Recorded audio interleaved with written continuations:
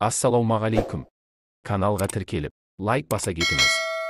Өткен видеода гормон жайлы айтқанбыз. Қызық болса көре кетіңіз. Каналда тек пайдалы кеңестер жинағы. Жемістер жайлы бәріміз білеміз, бірақ оны аптасына бірнеше рет жейтін адамдар аз. Неге деген сұрақ пайда болады. Кондитерлік өнім көбейгендіктен, өткен ғасырдың орта кезінен бастап, адамзат жемістерді аз жей бастады. Тәтті печенье, шоколад, бәліштер, тәтті тағамдар нишасын жаулап алды. Бұлай болған себебі, біздің миымыз тәтті тағамдарды қатты жақсы көреді. Тағам тәтті болған сайын, оған әсеріміз жарқынырақ болмақ.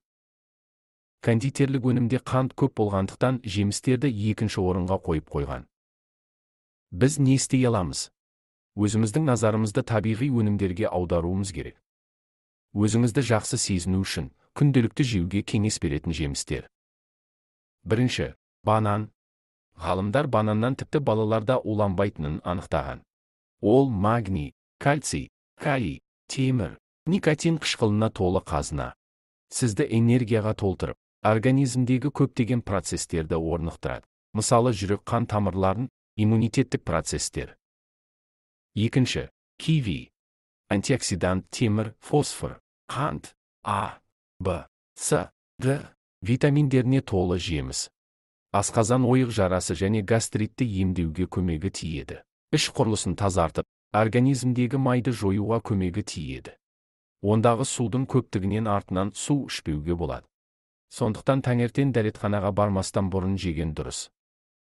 Үшінші, анар. Қатерлі ісіктің алдын алады.